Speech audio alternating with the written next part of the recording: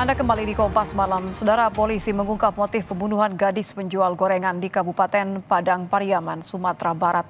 Pelaku mengaku membunuh karena berniat memperkosa korban. Dari hasil penyidikan polisi, tersangka IS awalnya ingin memperkosa korban setelah membeli dagangan gorengan yang dijajakan korban. Tak hanya itu, aksi keji pelaku berujung membunuh korban.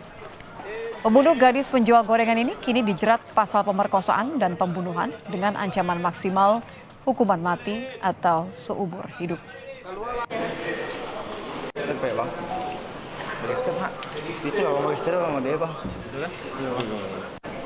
Bukan hanya ingin memperkosa, bahkan tidak ada niat ingin membunuh, tapi akibat dari itu kemudian tersangka melakukan perkosaan dan akhirnya menyeret korban dan luka-luka yang ada di tubuh korban itu dugaannya memang dari seretan itu karena jaraknya cukup jauh dan dia melakukan sendirian, itulah yang berakibat kematian.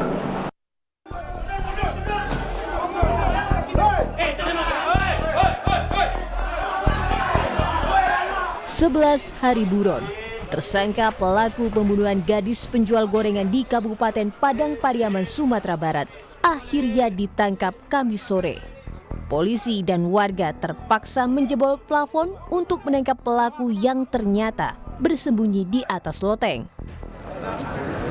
Tepat tadi jam 3 sore, kami berhasil mengamankan dan menangkap tersangka yang sampai saat ini dicari. Apa masih ada dugaan pelaku yang lain, Dan? Kami kembangkan nantinya hasil lakukan pemeriksaan. Oke, terima kasih ya. Makasih, Dan.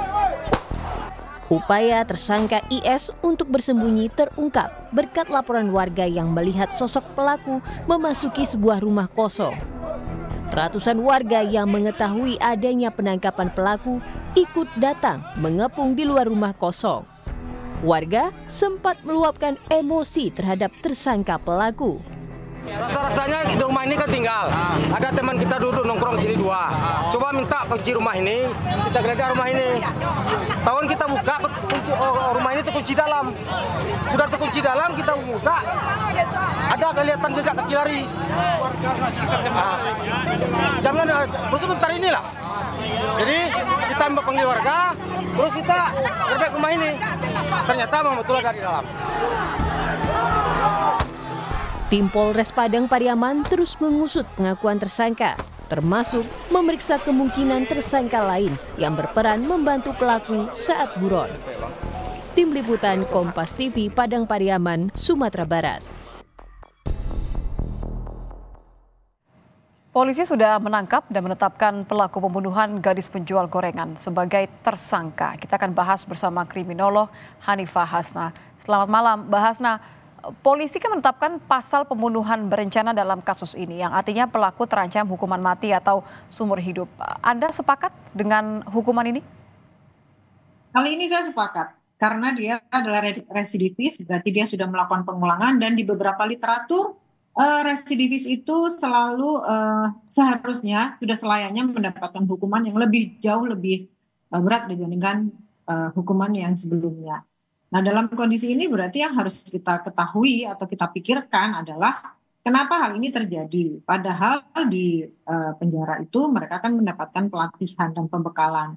Baik pembekalan untuk kondisi pribadi mereka, kekuatan mental mereka, terus secara spiritual maupun kemandirian ketika mereka berada di masyarakat. Namun ternyata dengan pembekalan seperti ini belum cukup baik untuk membuat mereka menjadi pribadi yang ada di masyarakat menjadi lebih baik.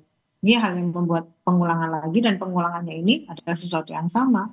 Jadi sepertinya tidak efektif ketika dilakukan pembinaan dan Kalau Anda mengatakan bahwa seharusnya ketika orang menjalani masa tahanan, masa di penjara begitu, yang dibina adalah sisi kognitifnya, melakukan melanggar A, sanksinya A. Apa faktor yang membuat seorang residivis bisa melakukan tindakan kriminal berulang, bahkan lebih parah dari sebelumnya?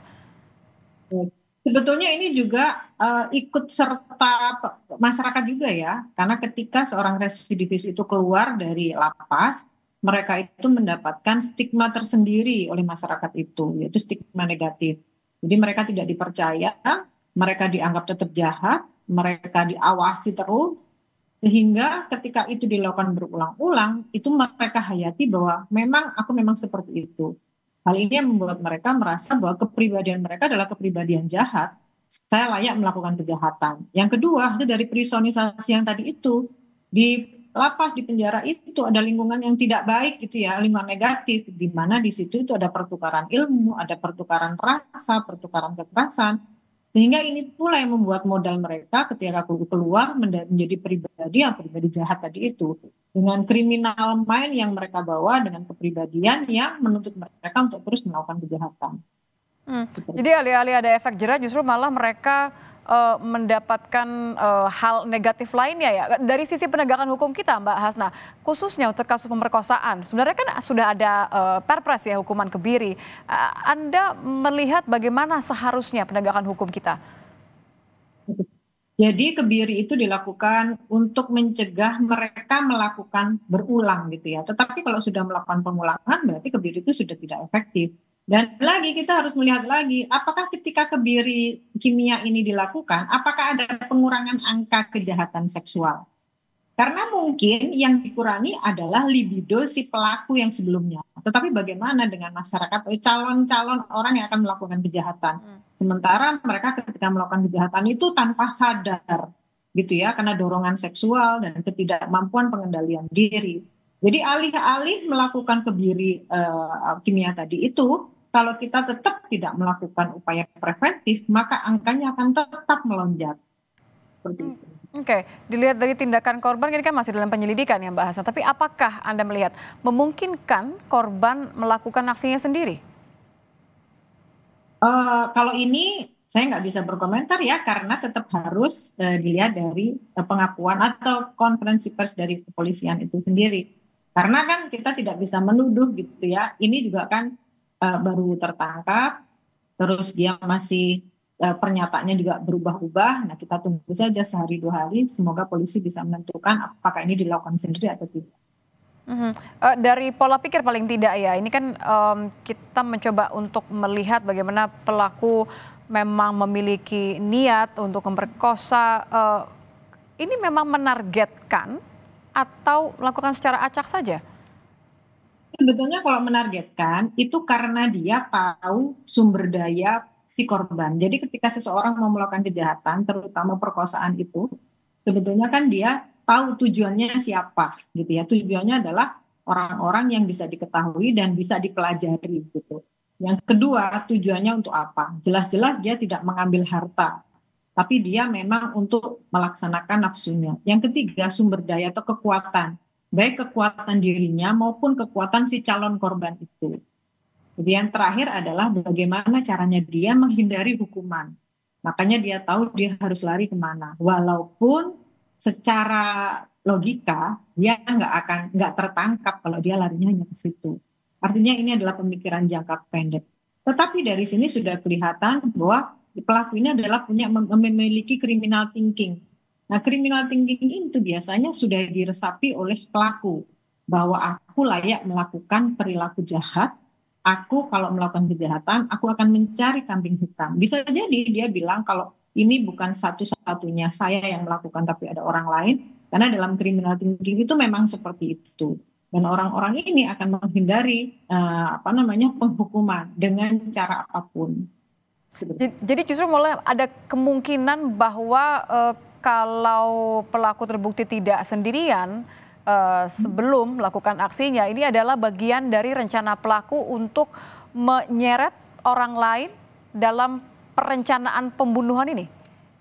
Bisa jadi demikian, karena tadi itu criminal thinking itu salah satu cirinya adalah mereka tidak bertanggung jawab, menyalahkan orang lain dan berdarah dingin. Mereka tidak punya empati, tidak punya simpati.